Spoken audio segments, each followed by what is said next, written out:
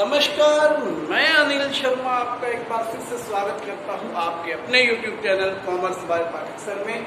आज की यह वीडियो बैंक रिकंसिलिएशन स्टेटमेंट की एक प्रैक्टिकल क्वेश्चन के ऊपर आधारित है। इससे पहले मैं आपको बता चुका हूं बैंक रिकंसिलिएशन स्टेटमेंट क्या होती है। इसके बारे में यदि आपको अभी तक नहीं पता तो ये वीडियो ना देखिए, पहले इससे प्रीवियस वीडियो देखिए। और जब आप बेसिक समझ जाओगे बीआरएस क्यों बनाते हैं, क्या नीड है, ये कंसेप्ट क्या है, तभी आप प्रैक्टिकल सोल्व करने की कोशिश करें। एक्चुअली ये जो चैप्टर है बहुत से बच्चे इसको रटने की कोशिश करते हैं थ्योरी से। ये रटने की चीज नहीं है, बहुत महीन चीज है समझने की। ठीक है, आइए बताते हैं क्या है। थोड़ा सा एक बार यहाँ भी मैं आपको क्या करता हूँ, रिकैलकुलेट करता हूँ। एक्चुअली होता क्या है, कैश बुक जो आपने अभी कुछ दिनों पहले बनाई थी, है ना, चैप्टर नंबर जो था वो 12 था, जो कि कैश बुक था। कैश बुक कौन बनाता है? प्रोप्राइटर बनाता है, मालिक बनाता है बिजनेस का। और कैश बुक में हमने डबल कॉलम बुक की थी, कैश कॉलम और दूसरा कौन सा था, बैंक कॉलम। यानी कि बैंक से होने वाले सभी लेन देनों को व्यापारी अपनी कैश बुक में नोट करता है, वहीं बैंक से होने वाले सभी लेन देन बैंक पासबुक में नोट करता है। यानी कि जो बैंक की पासबुक में एंट्री है that must be in the cash book, and जो कैश बुक में है वो पासबुक में होनी चाहिए। इट मीन्स दोनों का बैलेंस क्या होना चाहिए, सेम होना चाहिए। अब होता क्या है कि कई बार बैलेंस सेम नहीं होता। सेम क्यों नहीं होगा जी? या तो कोई एंट्री इसमें नहीं की गई, कैश बुक में, पासबुक में हो रखी है, या फिर कैश बुक में हो रखी है, पासबुक में नहीं हो रखी। इस कारण क्या नहीं होता, बैलेंस सेम नहीं आता। वो बैलेंस सेम क्यों नहीं आता, क्या कारण है? उस डिफरेंस को निकालने के लिए जो स्टेटमेंट बनती है वो स्टेटमेंट है आपकी बैंक रिकंसिलिएशन स्टेटमेंट। ठीक है बात। उसके बाद मैंने आपको बताया था कि कैश बुक काम करती है, क्योंकि कैश अकाउंट भी है वो, मैंने ये भी बताया था लेजर में कि कैश बुक जो है कैश अकाउंट की तरह काम करती है। तो इस पे रियल अकाउंट का नियम लगता है, debit what comes in, credit what goes out. यानी कि सभी रिसीट्स जो कैश आया उसे क्या करते हैं, हम कैश बुक में नोट करते हैं, और सभी पेमेंट जो कैश गया उसे कैश बुक में रिकॉर्ड करते हैं, क्रेडिट साइड, जो आया डेबिट साइड। यानी कि कैश बुक में अगर बात करूं कैश बुक का, तो प्लस में डेबिट और माइनस में क्रेडिट। सेम वही पासबुक बैंक लिखता है, जब आप पैसे जमा करवाते हो तो बैंक के लिए आप गिवर हो, यानी कि जब आप अपने अकाउंट में पैसे ऐड करते हो तो क्रेडिट हो, और जब आप निकलवाते हो तो डेबिट हो। यानी कि बैंक आपसे उल्टा काम करता है, आपसे क्या करता है, अपोजिट डायरेक्शन में चलता है। जिस एंट्री को आप डेबिट करते हो बैंक उसको क्रेडिट करता है, और जिस एंट्री को आप क्रेडिट करते हो उसे बैंक क्या करता है, डेबिट करता है। ये भी बात आपको याद रखनी चाहिए कि कौन सा बैलेंस डेबिट होता है कैश बुक में, कौन सा बैलेंस क्रेडिट होता है कैश बुक में, कौन सा बैलेंस क्रेडिट होता है पासबुक में, कौन सा बैलेंस डेबिट होता है पासबुक में। ठीक है बात। तो आइए स्टार्ट करते हैं क्वेश्चन नंबर 1। इलस्ट्रेशन नंबर 1 है, बहुत आसान है आज का इलस्ट्रेशन। तो कहता है कि ऑन 31 मार्च 2020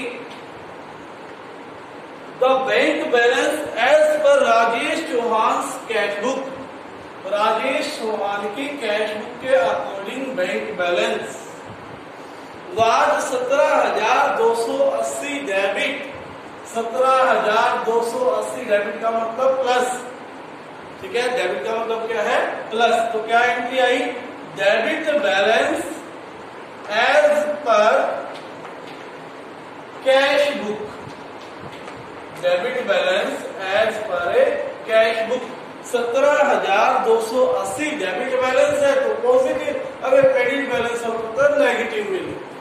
अब डेबिट बैलेंस है तो पॉजिटिव में लिखेंगे 17,280 रुपए, 17280।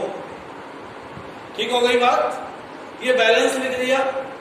उसके बाद आपने समझते जाना है कि हुआ क्या है और कौन सी साइड आपने बैलेंस लिखना है।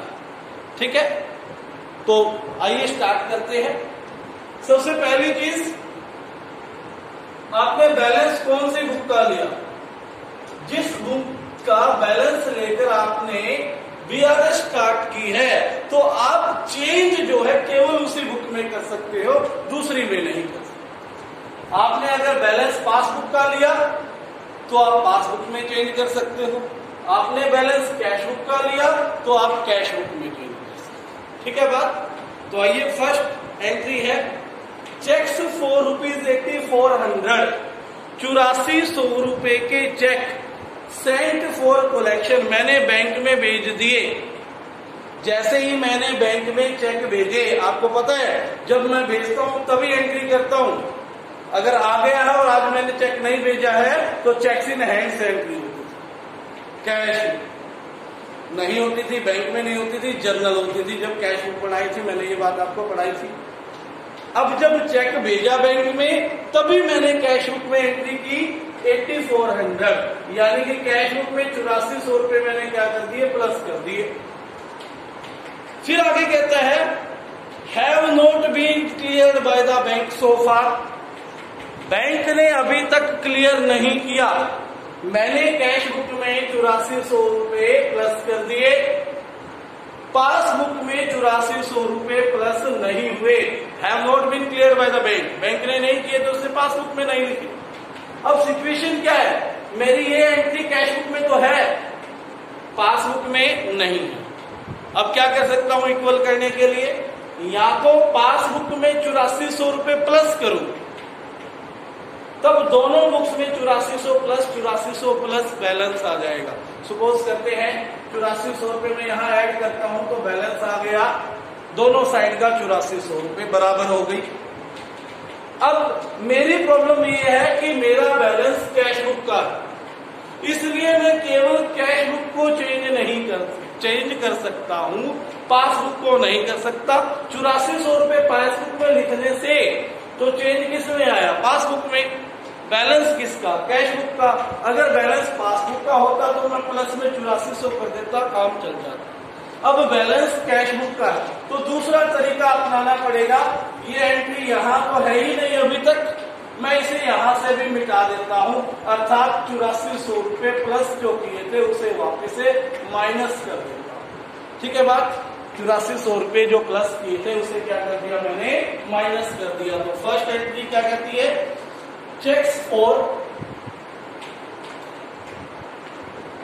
8400 sent for collection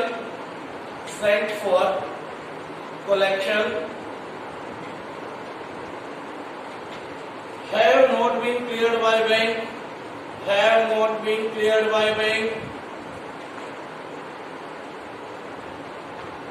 अब मैंने निकाल लिया, क्या करना पड़ा था, 8400 को माइनस में लिखना पड़ा था, 8400 रुपए मैंने नेगेटिव आइटम में लिख दिया। पहली एंट्री उम्मीद करता हूं समझ में आ गई होगी। सेकंड, चेक इश्यू कर दिए मैंने किसी के नाम, यानी कि मैंने किसी को चेक दे दिया, कितने रुपए का दिया, 5600 का। चेक जब देता हूं तुरंत मैं एंट्री करता हूं बाय बैंक। मैंने कहा सैलरी पेड बाय चेक, मैंने क्या एंट्री की, सैलरी टू बैंक। मैंने कहा चेक पेड टू राम, मैंने एंट्री की राम टू बैंक, यानी कि मैंने बैंक बैलेंस अपना कम किया था, बैंक में से माइनस कर लिया तुरंत। मैंने क्या किया, 5600 रुपए के चेक इश्यू किए, अपनी कैश बुक में 5600 माइनस कर दिए। आगे क्या कहता है, but have not been presented, लेकिन जिसे चेक दिया था वो अभी तक बैंक नहीं पहुंचा, उस चेक को लेकर बैंक ने वो माइनस नहीं किया। मैंने माइनस कर दिया, बैंक ने माइनस नहीं किया।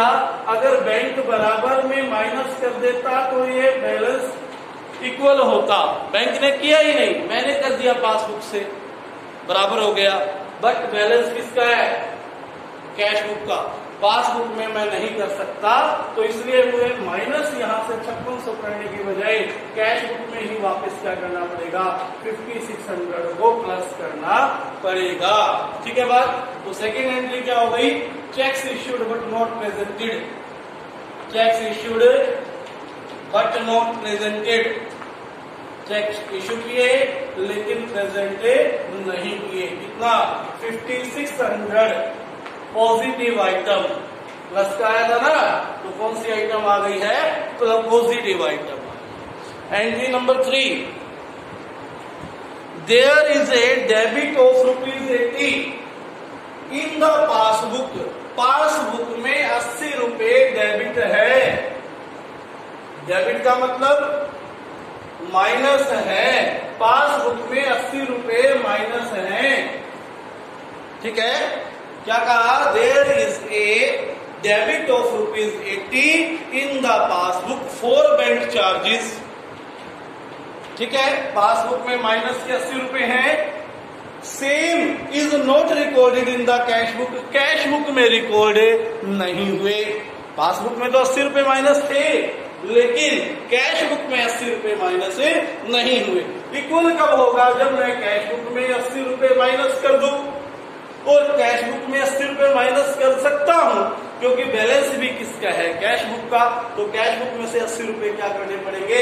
माइनस करने पड़ेंगे, अर्थात माइनस की आइटम। ठीक है। तो क्या करेंगे? Debited bye passbook for bank charges. For bank charges ₹80। ठीक हो गई बात। उसके बाद फोर्थ ट्रांजेक्शन, चौथी ट्रांजेक्शन जो बुक में दी है वो क्या कहती है? Bank has credited. बैंक ने मुझे क्रेडिट किया है। Bank has credited. क्रेडिटेड मतलब मुझे प्लस किया है 240 रुपए फॉर इंटरेस्ट। मुझे इंटरेस्ट मिला था, बैंक ने तुरंत 240 रुपए मेरे अकाउंट में क्रेडिट कर दिए। पासबुक में क्रेडिट हो गए। अब इक्वल करने के लिए मैं इसको कैश बुक में लिख देता हूं, क्योंकि ये एंट्री कैश बुक में नहीं थी। कैश बुक में लिख भी सकता हूं क्योंकि कैश बुक का ही क्या है? बैलेंस पहले हमने स्टार्ट किया है। फोर्थ एंट्री क्या लिखेंगे? Interest credited by bank. Interest credited by bank ₹240 plus का बैलेंस है, तो प्लस साइड में यहां पर लिख देता हूं। पांचवी ट्रांजेक्शन, फिफ्थ ट्रांजेक्शन। मेरा कस्टमर था दुकान का, deposited ₹2000 direct in the bank. सीधा बैंक में गया और उसने बैंक में 2000 रुपए जमा करवा दिया। हमारे पास नहीं आया, बैंक में गया, 2000 रुपए जमा करवा दिए। मेरे अकाउंट में 2000 रुपए प्लस हो गए, यानी कि बैंक ने प्लस कर लिए तो पासबुक में लिख लिए। हमें पता ही नहीं था, हम तो अब देख रहे हैं। तो इक्वल करने के लिए कैश बुक में भी एंट्री करनी पड़ेगी, अर्थात 2000 रुपए प्लस करना पड़ेगा। और मैं कैश बुक में कर सकता हूं क्योंकि मेरा बैलेंस क्या है? Cash book. तो एंट्री क्या हो जाएगी? फिफ्थ एंट्री हो जाएगी directly deposited by bank. Directly deposited by bank. Directly deposited by bank. कितने रुपए? ₹2000 प्लस आइटम। उसके बाद नेक्स्ट है सिक्स ट्रांजेक्शन, लास्ट है ये। According to standing order. Standing order क्या होता है? मैं बैंक को कोई पेमेंट करने के लिए कहता हूं बाय टेलीफोनिकली। मैंने बैंक में पेमेंट कहा कि भाई मेरी तरफ से आप ये पेमेंट कर दो मेरी। बैंक पेमेंट कर देता है, ठीक है, और बैंक पेमेंट करेगा तो वो अपनी पासबुक में लिखेगा। ठीक है। क्या कहा? According to standing orders of Rajesh Chauhan, the bank has made the following payments by debiting the account. मेरे अकाउंट को डेबिट किया, पासबुक ने डेबिट किया तो माइनस किया कितना? 500 रुपए क्लब फीस के और 2500 रुपए LIC के। दो पेमेंट करवाई है मैंने अपने बैंक से, 500 रुपए किसके, क्लब फीस के, और 2500 रुपए किसके, LIC के। अब ये एंट्री बैंक ने कर दी, पासबुक में लिख ली, लेकिन ये एंट्री मैंने कैश बुक में नहीं की। तो इक्वल करने के लिए क्या करना पड़ेगा, कैश बुक में से भी माइनस 500, कैश बुक में से भी 2500 रुपए माइनस। तो चलिए ट्रांजेक्शन लिखेंगे, स्टैंडिंग ऑर्डर पेमेंट्स। पहली पेमेंट थी क्लब फीस, माइनस करना है, माइनस आइटम है 500 रुपए। दूसरी थी LIC प्रीमियम, 2500 रुपए माइनस आइटम है। ठीक है बात। अब क्या करें, दोनों साइड का टोटल करना है। नेक्स्ट क्या करना है, दोनों साइड का टोटल करना है। 80 रुपीज, ठीक है, 80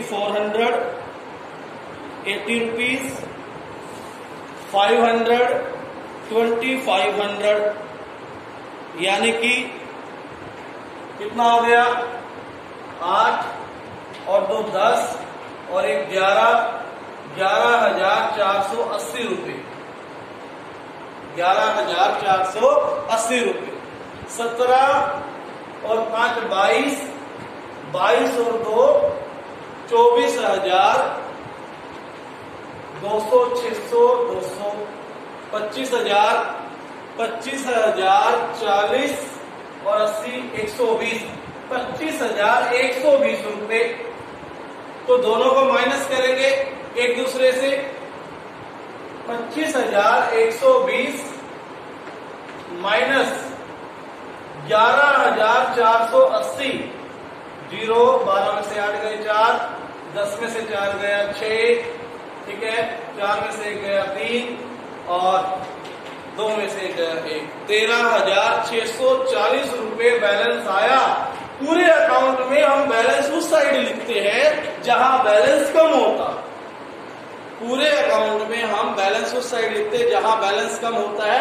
BRS एक अकेली स्टेटमेंट है, उस साइड लिखना है जहां बैलेंस ज्यादा होता है। BRS एक अकेली स्टेटमेंट है, जहां बैलेंस क्या होगा, ज्यादा होगा, वहां पर ट्रांजैक्शन की जाएगी। ठीक है बात। अब बैलेंस किस साइड आया,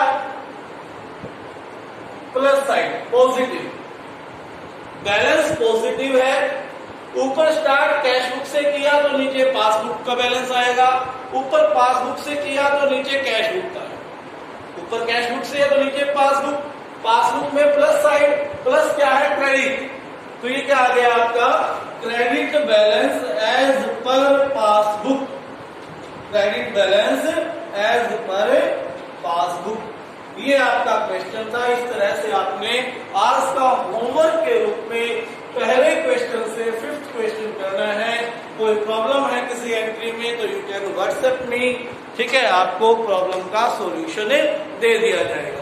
आज के लिए धन्यवाद। चैनल अगर सब्सक्राइब नहीं किया तो चैनल सब्सक्राइब करें, इस वीडियो को लाइक करें। आप इसे अपने स्टेटस पर, अपने फेसबुक पर लगा सकते हैं, मैक्सिमम इसको शेयर कर सकते हैं। धन्यवाद।